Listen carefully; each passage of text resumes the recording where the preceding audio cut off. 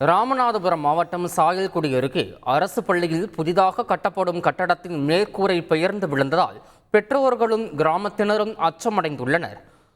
பொன்னகரம் அரசு நடுநிலைப் பள்ளியில் போதிய வசதிகள் இல்லாததால் 2 வகுப்பறைகள் கொண்ட கட்டிடப் பணிகள் நடைபெற்று வந்தன.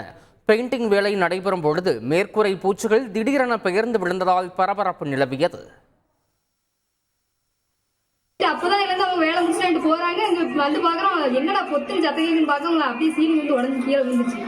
இப்போ வந்து கட்டடம் கட்டி இன்னும் செயல்பாட்டுக்கே வரல. நீங்க அந்த இப்பவுமே இந்த நிலைமைன்னா இன்னும் பிள்ளைங்க வந்து இங்க வந்து எங்களை நம்பிதான் அவங்க நாங்க என் பிள்ளைங்க 2 பிள்ளைங்க படிக்குது.